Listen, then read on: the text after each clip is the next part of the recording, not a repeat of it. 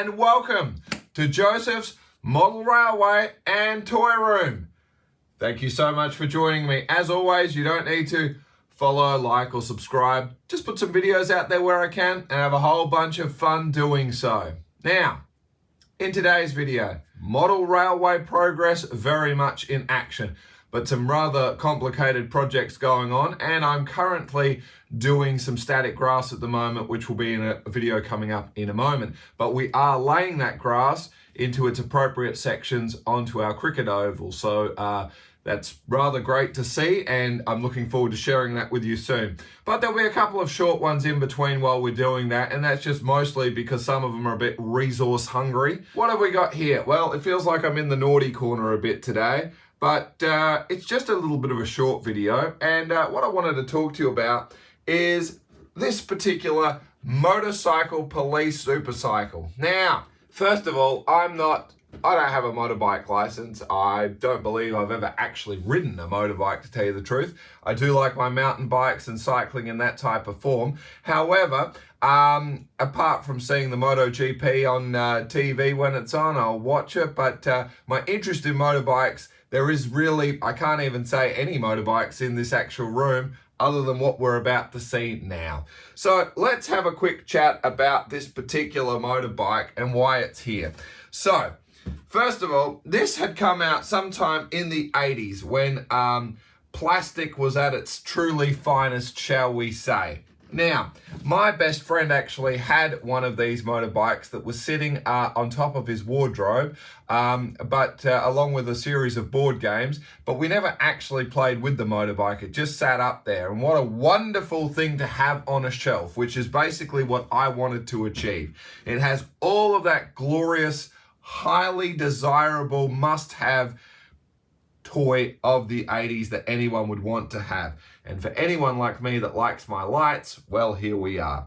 So I managed to find one. Not only did I find one, it also came in the original box. Unfortunately, the seller literally just took a sheet of butcher's paper, wrapped around it, threw the toy in the box and sent it to me. And unfortunately, as you can see, the box has seen some better days.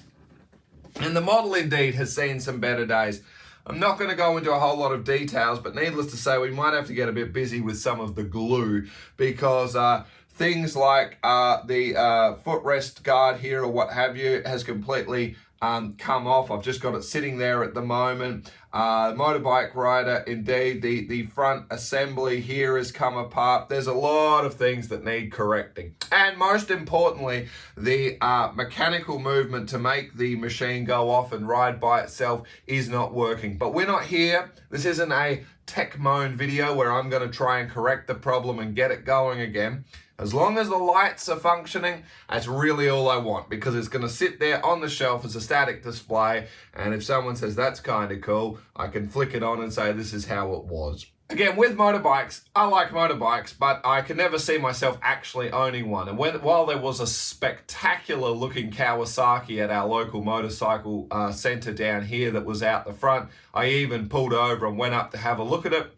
Salesman came out to see me and said, "Are you interested in taking it for a ride?" I said, "Absolutely not. And if I was in the market to purchase one, I would sooner probably be buying a dirt bike than a road bike." But of course, the green color, and it looked absolutely spectacular. And anytime I see them racing, it just defies the laws of physics at how it all comes together. But amazing stuff. I also have some colleagues that are quite into motorbikes and or race them professionally as well. So that's all very interesting. But here we go. I certainly don't know the best part between an Indian and an Enfield or a Moto Guzzi or a Ducati. I don't know all the ins and outs about this. I can't even tell you what type of motorbike it is. Is this some form of a Harley Davidson, a BMW? Look, I really don't know. To those of you that do, by all means, put it in the comments. Let's just talk about the marvelousness of some of the 80s plastic that we did see. Now, I think that's rather evident as we swing it around to the front. We've got our beautiful greens, we've got our blues, we've got that lovely amber color, we've got all the rest. A traditional thing that was quite common in the 80s on a lot of sort of toys were these kind of springy type of whip antennas that would usually have a light in them. And I think that's absolutely a testament to the time to see that. We don't see a lot more of that anymore. So look, it is a rather tremendous model for that. It's still in good, clean condition. Of course, it's not as white as it used to be, because certainly the white on the black had quite a pop, as I can remember it in my head. But look, it's still quite a reasonable unit. So I guess the magic that we need to see is, does it still work? Well, the mechanical part doesn't, the lights do. So if we just ever so carefully make our way under here to find that little switch to turn it on. Now, the main bump and go action is still running underneath. I don't want to tip this upside down and we're going to have a big mess. But if we were to sit it down, we would get some movement, but it's still, there are some other parts jammed up. As we can see, we obviously have our front headlight that's happening. Of course, we've got the little whip one, we've got the back one, and the rear one. So look, it is still functional in some ways. I think it's a magnificent piece to have. Of course, all incandescent wheat of grain light globes. There's no LED in this. You know, if I spent half the time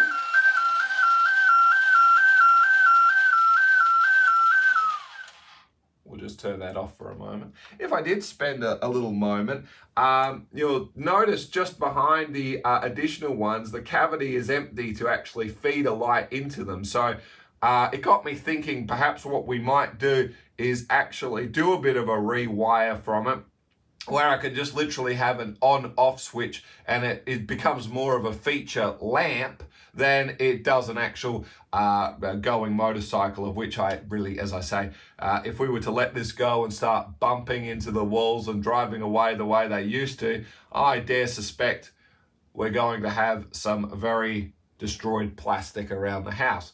And perhaps not the greatest scene that our motorcycle bike rider keeps bumping into the walls as it was. He may well have had a liquid lunch at that point. So it's a 1/6 scale motorbike.